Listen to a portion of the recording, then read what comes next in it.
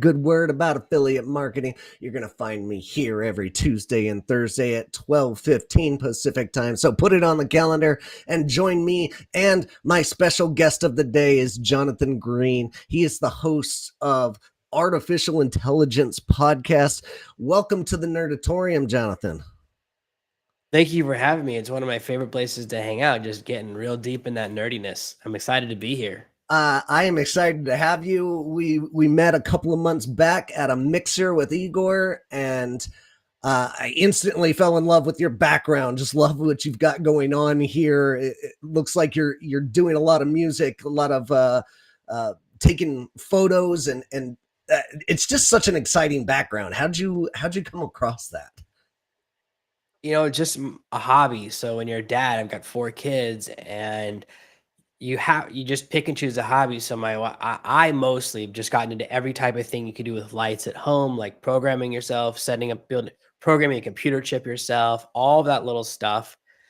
Mounting it, kind of putting together the parts. So like just doing Yeah, all that stuff has kind of become my hobby. So like for every light you see, there's like 5 that I have like put away that I'm not using today. yeah. I move things around. I change the colors all the time. I'm constantly doing it. And it's just like, it's a good hobby because it's not super expensive and it's a little bit crafty. And it's like fun and things look cool afterwards. So I'm always playing around with it. Some of my friends yesterday were like, wow, you look like a Twitch streamer now. And I was like, mission accomplished. Like that's what I'm looking for.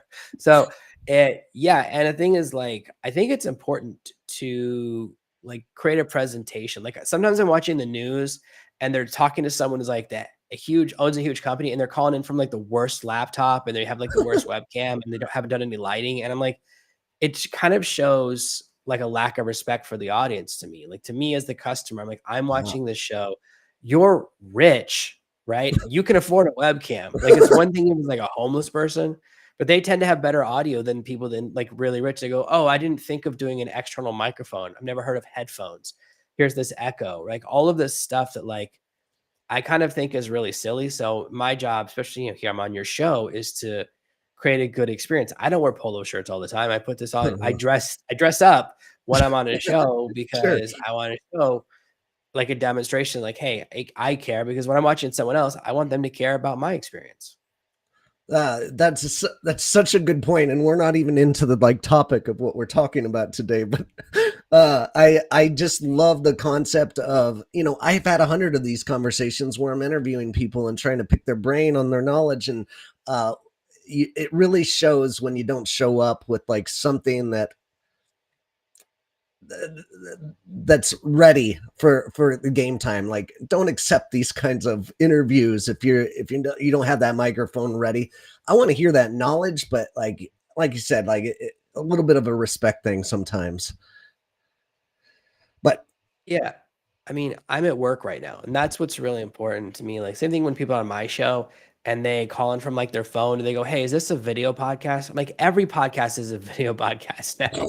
So it's it should like, be. so I definitely think that like you want to put your best foot forward. You want to create a good impression and you want to create an asset you can use later. Like, what if you ask me a question and I give like a super good answer and I want to reuse that video clip? Like, last thing I want is for it to be like echoey sound like I'm on a submarine in the 50s. So it also gives value to me. So it's all kind of connected. But yeah, it's just part of my thing. And it's like when you get dressed up for work, it like puts you in that mode. Like when you think, okay, I'm on stage now, I put on the polo shirt, it helps me to be like a little more energetic and just like all about it. You know what I mean? Like I want to be excited to be here. Yeah, and we were talking earlier in the episode, like you're talking about somebody not liking the art of your thumbnail for like videos. Is it going to get to a point where you're just uh, it's going to be a cartoon for the whole episode for some of your guests, like at some point? Well, I don't know that I'll animate the whole video. Like that would be cool to do, but AI can't do that yet. Or Okay. you can, but it'd be very expensive because you have to Ah, pay per second of a video. And so a 30-minute thing is a lot of seconds. But I just like to make a thumbnail that doesn't look the same. A lot of people, when they do podcasts, they do a bunch in a row and they yeah. give every single show the same thumbnail themselves. So it's like, oh, great. You want me to use the exact same picture everyone else uses to ensure that no one thinks our episode is special. Like whether I'm a guest or the host, I want to create an episode that's unique, that's different. So if someone sees me on 10 different podcasts, I want them to see 10 completely different things. And a lot of people don't think that way. They give the same answers. They send you the questions they want you to ask, and they're always so boring. And that's not my philosophy. So for me, it's not about me, right? It's about whoever's watching the show, whether one person's watching or 10,000's watching, is like you want to give them a really great experience, a professional experience. And that's what I care about. But people always caught up in the wrong thing. Hmm. Like, oh, I really care about the picture in the thumbnail. Like, really, do you check that with every podcast, or I'm just the only one that sent you a link to it and you looked, right? Because I know my favorite is when everyone's like, oh, I'm going to share all the social clips. I'm like, don't tell me that because you're not. I know you're not because I looked at your Instagram and you've never shared a clip from you on someone else's podcast. And that's okay because nobody does it. I don't know why we all have to tell this lie to each other, because it would be really weird if someone's feed was just if every picture on my Instagram was just me in a different color polo next to this microphone doing the same thing. It's just I'm on a different show. That wouldn't be interesting because it would kill your social feed. I get that. So let's just be honest with each other and be like, I'm not going to share this too much. I'll repost a clip and things like that, but I'm not going to make my Instagram every podcast I've ever been on. No one's going to do that. Yeah, if I ever make your podcast, and I just can't wait until I get imagined with a different kind of photo. I would love that. But speaking of off topic, like we've just spent the first 6 minutes of our podcast not talking about AI and talking about background. So let's jump into it.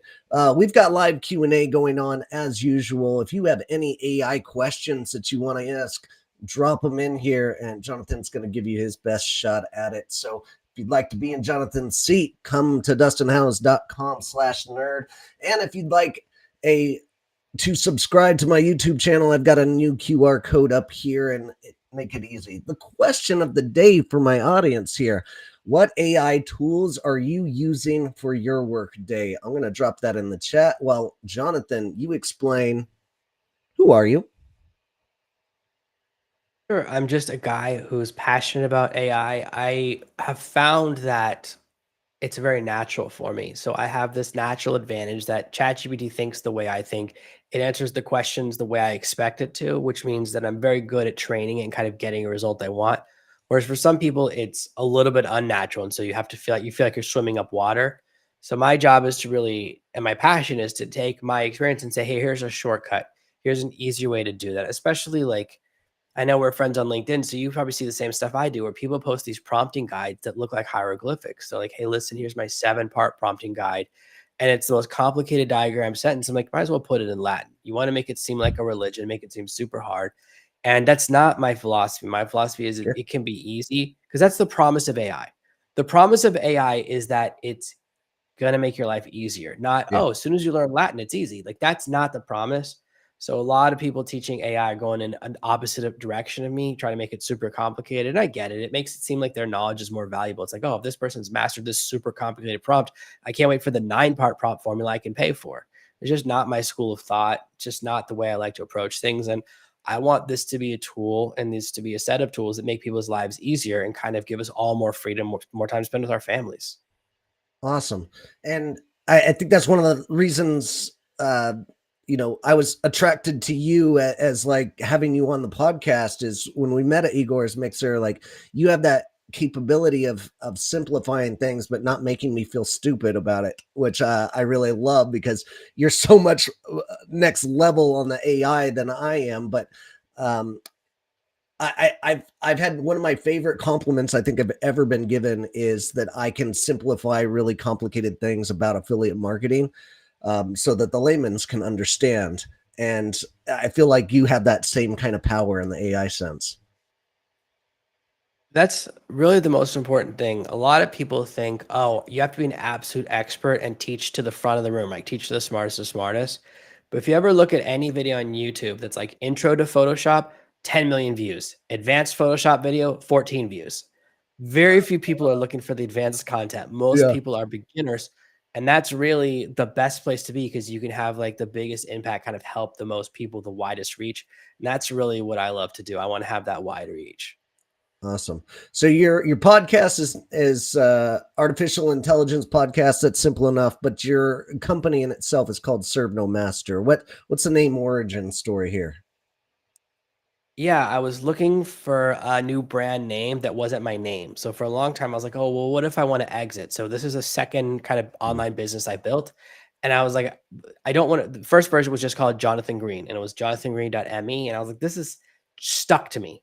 So if I Mm, ever want to exit or if I ever need to exit the business, I can't because it's just my name. I don't want to resell my name. Like, oh, that's the fifth Dread Pirate Roberts. That's the fifth Jonathan Green. I don't want it to be like a James Bond, right? Like a name that's not a name.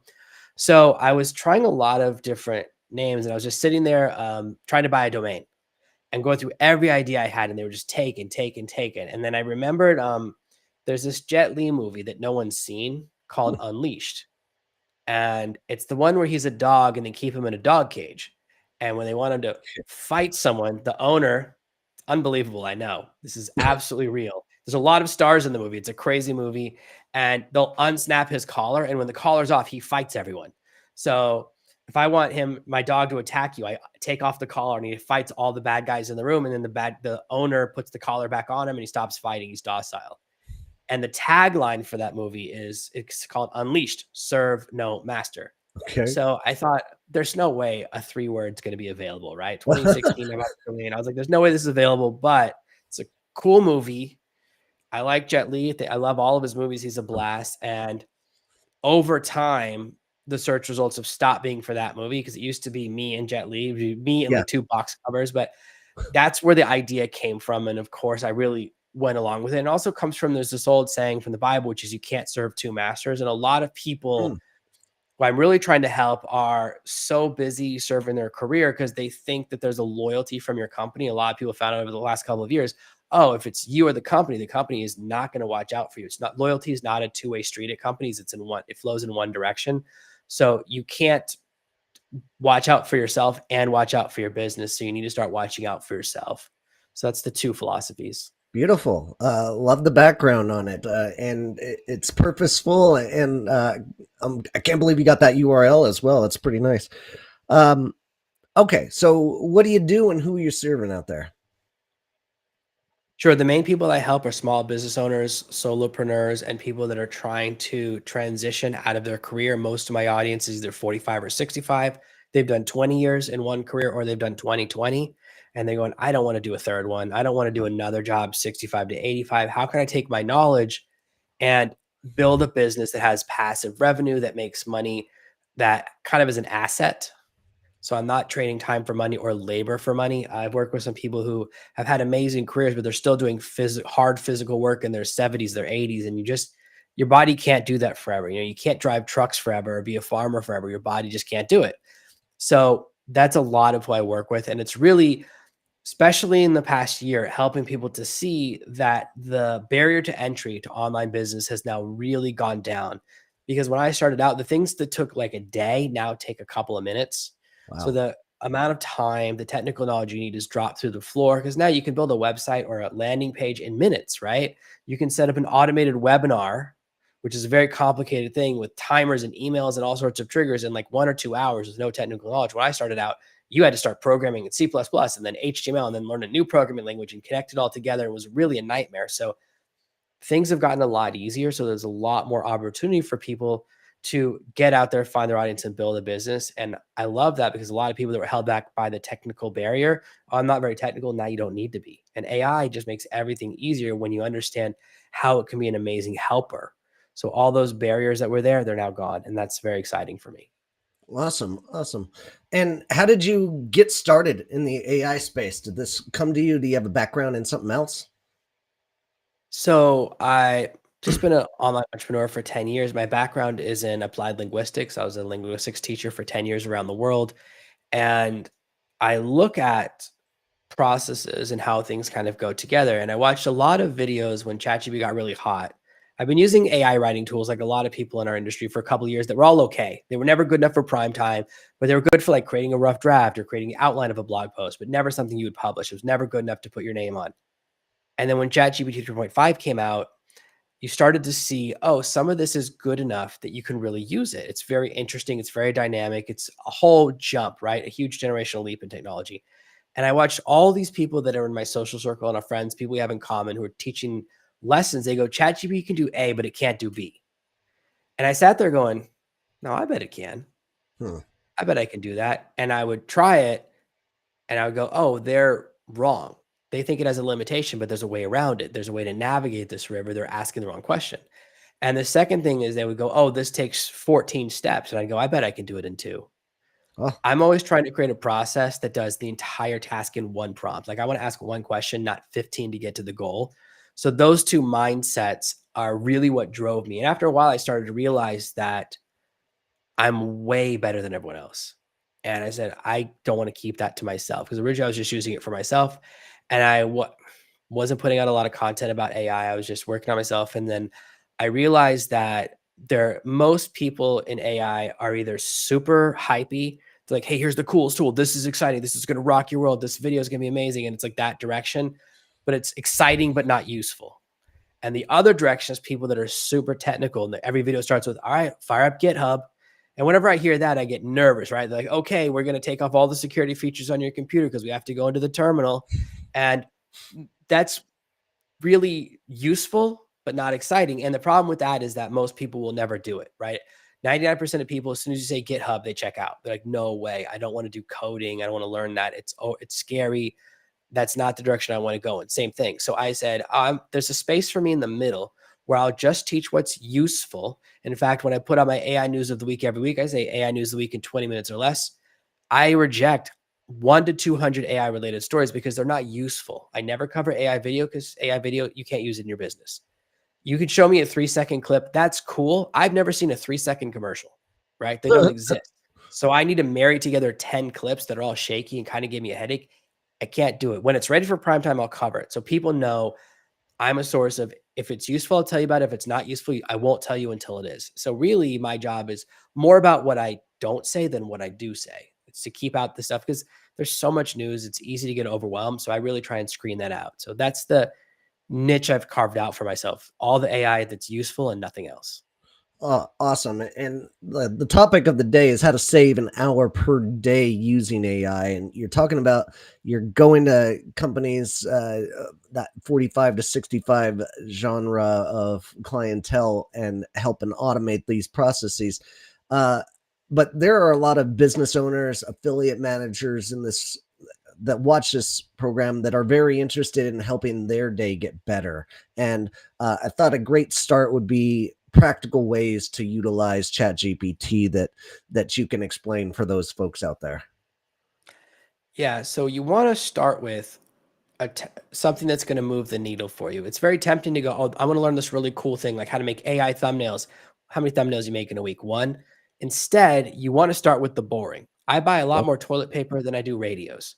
So in the same way, we want to look at what do you do every week that's at least 1 hour a day Mhm. that takes 80% of your focus or less. The kind of tasks you could do while the television's on.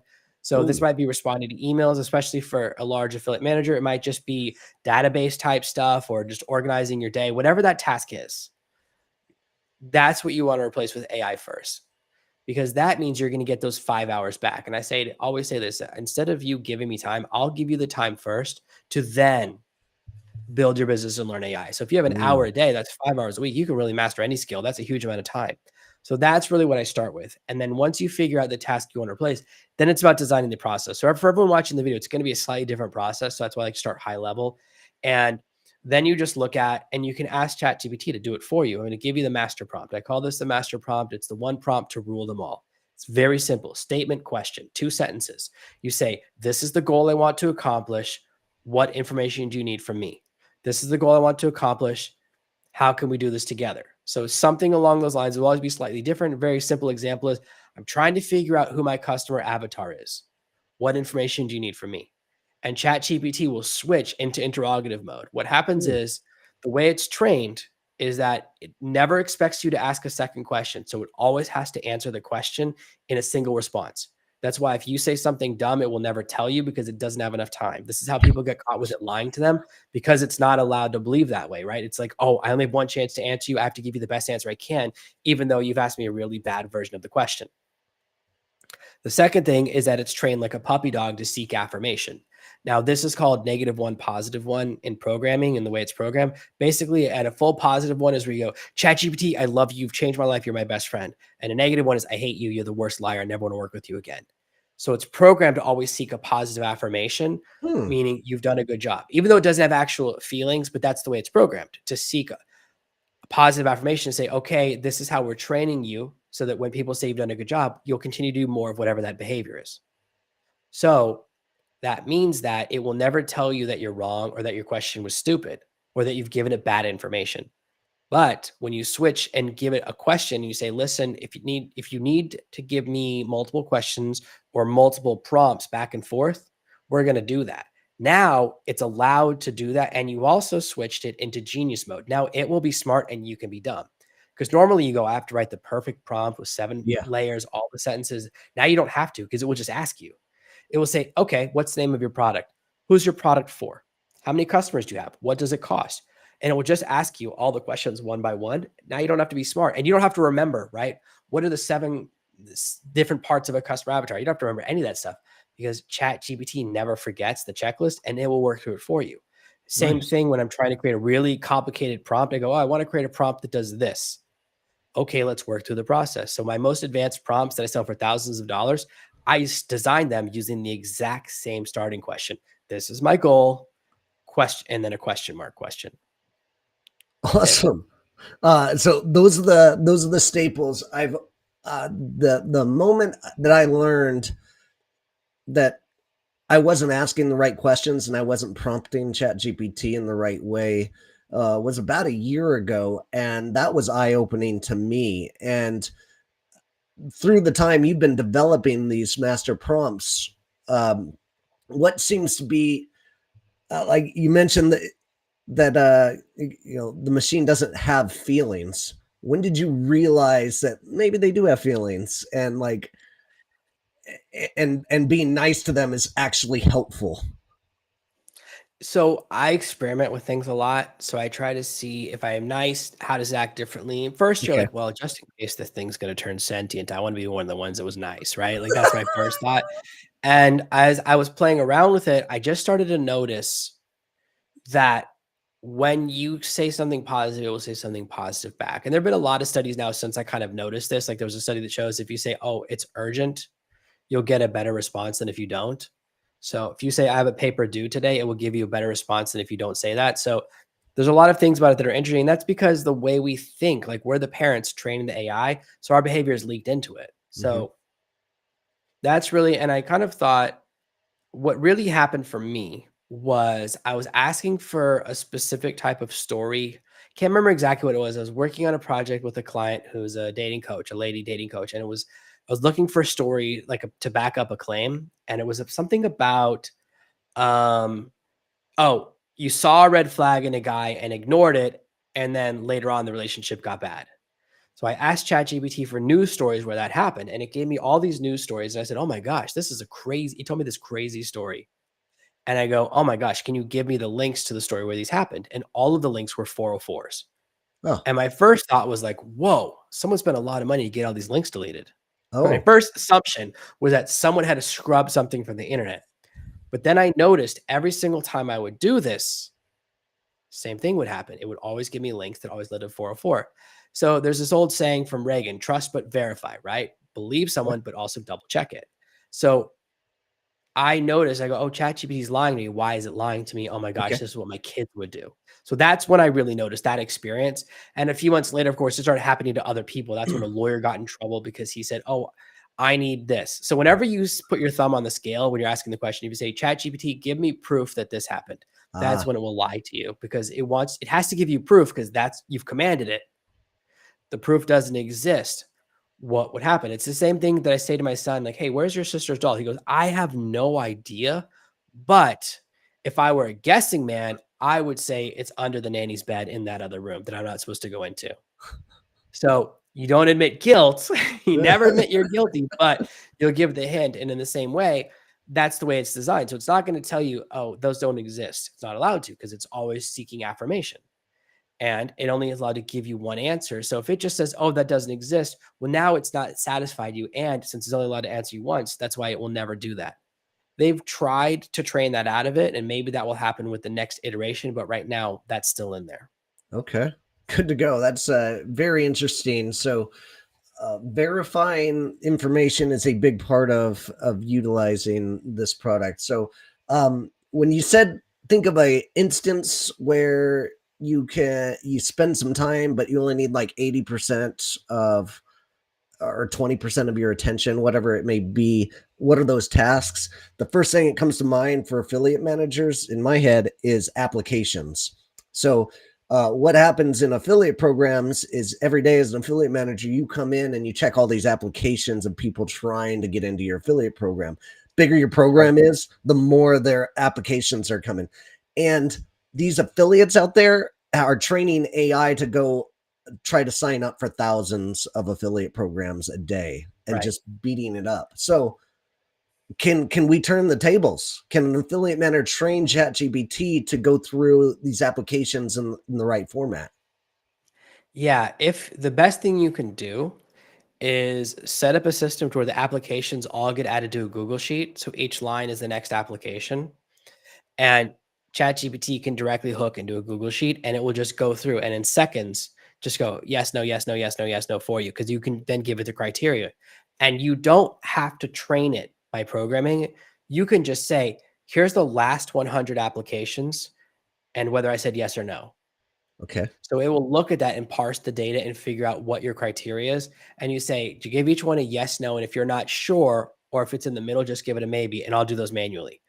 If you do that process, it can scan like 1,000 applications in 10 minutes, something like that. Oh, we might be onto something. This is everybody. I asked this question to 100 different affiliate managers of like, what's your biggest hurdle throughout the day? And they're like, this application process is driving me insane.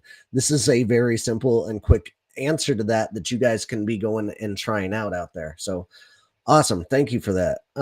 So for the clients that you're taking on, uh, what is your process? Somebody comes to you and says, I want to automate this. Like, what are your steps that you take with them? So the first thing I do is I ask a similar question. I say, what's the thing that you do every week that's the most boring or takes up time? The second thing I ask is when you're paying your employees, which is the one that annoys you the most when you have to pay them? Hmm. That's what we're going to work on first. We're going to work on that employee's tasks, right? We all have that. Okay. We all have we all have a favorite employee and we all have a least favorite It's employee. funny. We don't want them to know that's them, but it is. So that's what I like to start with because then it's a big win. The other thing I look at is what's your tech stack? What tools are you using? When did you sign up for the tools? What's your process? And then I'll ask a question like, okay, if we can, which of these areas of your business would make the biggest difference if we could make an improvement? Marketing, and I'll have, depending on the business, I'll ask questions. It'd be like marketing, traffic generation, sales conversion, email whatever it is, right? Social media, right? And then I'll ask that same question a couple of times to narrow it down and go, okay, so your biggest issue is managing your Twitter. Let's work on that. And my job initially, especially because I charge a lot of money, is to lower your overhead. That's where I like to start. So if your overhead has gone up over the past year, you have a major problem and you probably have someone you need to fire. If your AI costs are high, someone is I'm just going to say up to something. I don't want to go too far across the All bow, right. but if my overhead in the past year has gone down 90%. So if you're experiencing anything other than that, you have a major problem. So here's why. ChatGPT entered the AI market and what do they charge? $20 a month. They don't have a second plan. They don't have a higher price plan. They don't charge anything up beyond that. Why is that? There's a second market in the open source AIs. ChatGPT 3.5 is not the best free AI. It's not even in the top 20 or 50. It was like 8 months ago. Since then, free open source AIs developed by regular people have beaten it in every single category. Hmm. ChatGPT 4 is better than the free versions. But what happens is there's a certain price at which you go, you know what? The inconvenience of installing an open source AI is worth the savings. So if ChatGPT would raise their price, and I don't know the number, at $100 a month for sure, everyone would switch to the open source. somewhere between 20 and 100 is a number where they would start to lose massive market share, and it would become open source to become the king. Okay. So that means they have a downward pressure on them, the same downward pressure that ChatGPT's pricing is putting on everyone else. Because what happened when Perplexity offered a pro plan? $20 a month. What happened when Stable Diffusion said, hey, we're offering a pro tier, $20 a month? You won't see any primary AI company with a plan above $20 a month because of this pressure from OpenAI. And OpenAI is there because the open source market is putting downward pressure on them. If like I had a Jasper account 2 years ago, it was like $150 a month. My stock photo site subscription was like $150 a month. Now I have unlimited image generation. I'm paying $12 a month. That's a 90% decrease. And I can make my images look like me or anyone I want or anything that I want. I can create the image. I don't have to look for it, which takes time. So those are some small areas. Automation has had a massive leap. The ability to write your own software using AI has had a massive leap. So sometimes you can create a small tool that solves a problem that's unique to your business. So there's a lot of things that have happened. So that's where I start. I say, listen, I'm going to save you this much per month. I'm going to save you $5,000 a month. That's $60,000 over the next year. You just pay me 25% of that in a lump sum when I set everything up and you see that your overhead has gone down. And who would say no to that? You know, it used to be with SEO and sales. You used to go, oh, you pay, I'm going to make you money in 6 months, but you pay me now off of hope. Instead, I can very easily say, no, you just pay me out of how much I'm going to save you.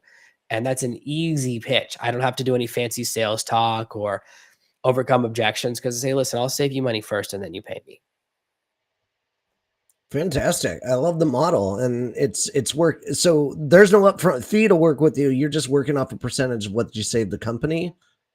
I'm going to save you that money in the first month. Like I'm going to fix all of these problems in the first 30 days. And so that's when I go, let me show you exactly what's going to happen. Here's what it's going to cost. Here's the proof. And you're going to be experiencing that very quickly. So yeah, that's how it starts. Amazing. Awesome. Switching gears a little bit, there is a confusion in the affiliate industry. Like when AI came out in the last couple of years, people were using it to create content at a faster click than ever. And there is a theory that that content doesn't belong to whoever wrote that ChatGPT script or like created that. Is that your opinion? Like who owns this content? That's the opinion of the United States Supreme Court. So okay. That tends to be when I look at legal stuff, that tends to be whose opinion I look at. And there's a law that says AI cannot own copyright. Okay. Only humans can file patents and only humans can, or something. This has happened in art more than written stuff, but they've already gone to the Supreme Court with someone saying an AI made this painting and they go, yeah, well, that means no one owns it. So you can't drive the AI and then secondary, you can, only way you can own it is if the AI makes a picture and then you modify it, but then you only own the modifications. So that means you can go into, let's say, the Midjourney stream where you can see every image anyone's generated and you can use any of them.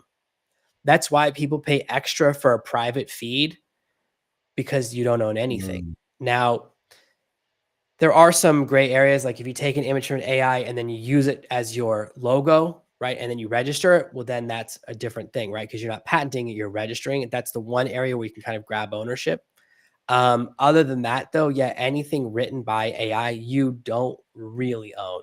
So they haven't figured it out for books yet. So I don't know if I write a book with AI and I put it on Amazon, you can't go and take that text and then upload it too, because Amazon doesn't want 2 copies of the same book on there. But I don't know what the future is going to hold. That one's going to go to court. There's a lot of people who are suing about book stuff right now, and we're going to see what the future holds. But yeah, if you have content written by AI, well, you don't own it. For sure, you don't own it. Like that's for sure. The question is, does anyone own it? The second thing, and this is very important, is that it's not going to last very long. A couple of people I know, they're teaching, oh, you can put a bunch of AI content and get traffic and Google won't notice. I promise you, Google's AI detection budget is greater than your AI sneaky budget. I doubt you're spending $100 billion this year on AI trickiness. Here's what's happening. They wait and do an update every 3 months or 6 months. So they're waiting for everyone who follows you to get into the gray hat zones, and they're going to mark all of you. And then what happens? They do an update. Like remember Penguin or all the different names, right? Penguin comes out, Banana comes out or whatever. What happens? A ton of people's websites get killed. What happened to Ezine articles? Then what happened to eHow? So certain websites that are like just crushing it, one day their entire business is gone. When's the last time you saw a search result for easy articles? 12 years ago, it was most of search results, right? Same thing will eventually Mm. happen to Reddit and LinkedIn and all the different platforms. For a while, a lot of search results are you, and then it disappears. So people are playing a little bit of a dangerous game. They're playing fast and loose. This is a misuse of AI. This is not what I teach. AI is not meant to replace you. It's meant to push you into management. You should never publish something that you have not read. If you have ChatGPT write a blog post and you publish it without reading it, you're putting your business in danger. There's a very good chance that ChatGPT will write something that is offensive or naughty because it happens. Oh, Okay. nice. How fast did people gotten AIs to say things that are shockingly offensive or illegal, right? You're in a dangerous place and you can't use the excuse of, oh, ChatGPT did it. My dog ate my homework. We've already found out because people have used that excuse and no one buys it. So you put out a tweet that people misinterpret or that ChatGPT writes something tone deaf, that's on you. So you have to be careful. This is what I tell people. You have to maintain a level of ethics and you have to see it as a tool. It's like the Iron Man suit, right? Man plus the suit is where the power comes from. You don't want the suit to be autonomous. So people that are doing large volumes of content, it's a short-term play. And I've seen similar business models. I've been in this business a long time where people were making like these massive Facebook pages. And what happened? Facebook did a purge. Same thing is Mm. going to happen with all of this AI generated content. Facebook is already about to drop the hammer. They're about to release an algorithm that every single post on Facebook, every image will have a mark that says AI generated. So all Ooh. of that AI generated content, people are going to know. And every single person who's following you and you've tricked, they're not going to go, oh, wow, that's cool. They're going to go, I hate you. You tricked me. You're going to turn potential customers not into neutral. You're going to experience hate. There's no lesser feeling because the feeling Uh, people have for you when they think you tried to trick them or you did trick them for a little while, it's always hate because that's standard psychological ego protection thing. You don't want to admit you were tricked. Instead, you want to turn against the person who tried to trick you. So very dangerous game to play. I don't recommend it. That's why I don't like those tools that are like, oh, this is a video and it will make every single person think you've recorded a custom video for them because it will insert their first name in the video.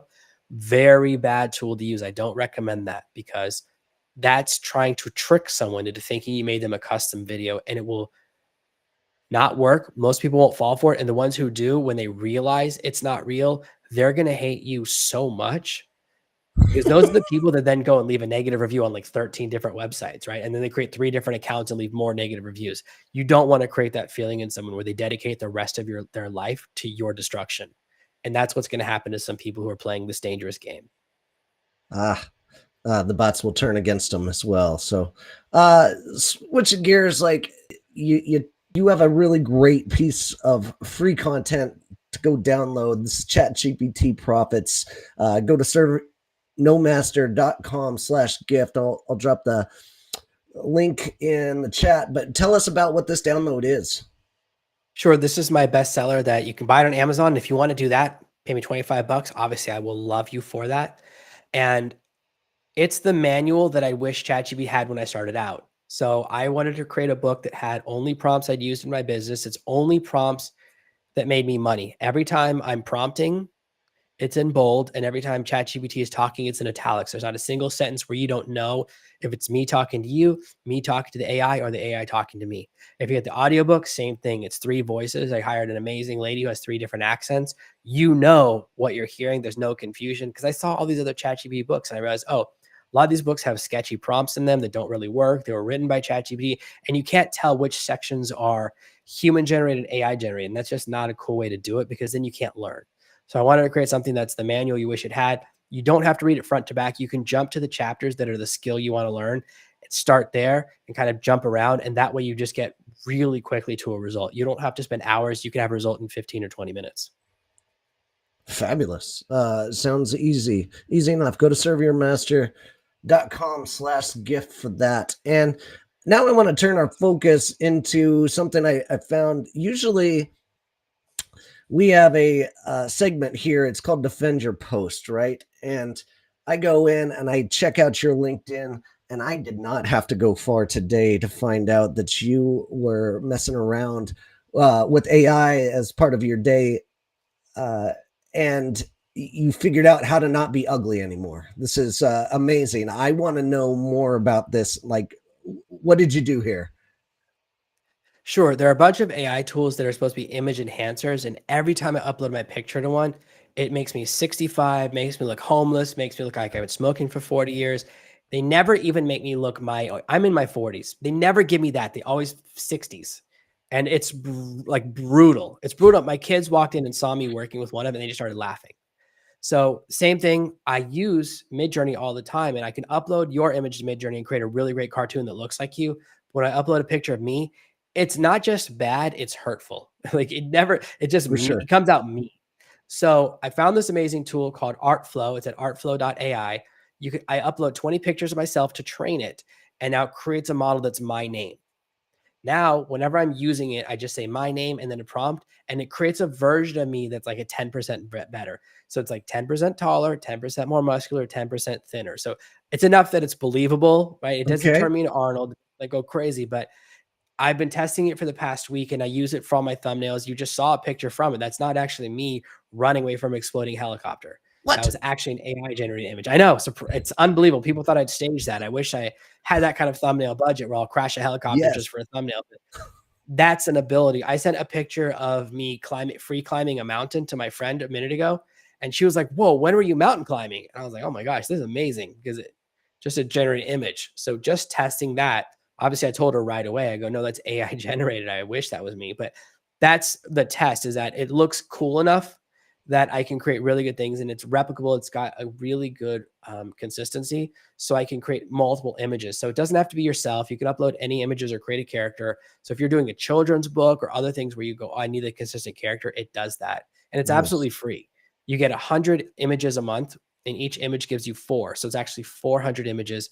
You're not going to need that many pictures of yourself. Like That's I wild. love looking at pictures of myself too, but I haven't even run out. And the credit, I was like, oh my gosh, am I going to run out of credits? And he goes, hey, you get 100 more in a couple weeks. I was like, oh my gosh, this is an amazing tool. So huge fan of this tool. It really solved a problem for me, which was I can make an amazing AI art of everyone else, but I can never do myself. Now I can finally create great images myself. I love this tool. It's my favorite thing right now. Fantastic. All right. I'm going to leave a link to this post in chat of this video so that others can see it as well. But I just wanted to share last month when I tried to make this for myself, I failed miserably.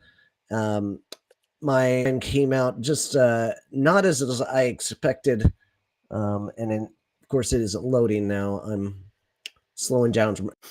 Am I slow here, Jonathan?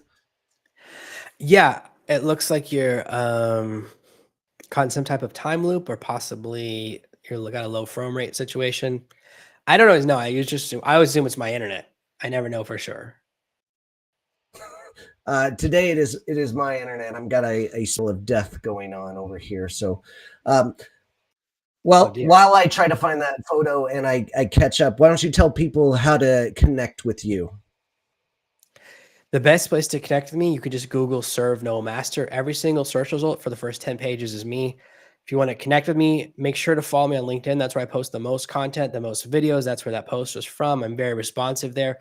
I get so many emails a day that I use like 3 AI filters, and still it's hundreds of emails a day to filter through. But LinkedIn, it's not so busy. That's where I most likely respond. And you'll see a lot of content from me. And that's really what I'm focused on this year as a major part of my business. It's just a big opportunity. A lot of cool things are happening on LinkedIn. And just like that's where we were chatting, right? You sent me a message, I responded within a minute. So that's the best place to chat with me. Okay, LinkedIn's the way to. Email is a little lag. Um, when I reached out on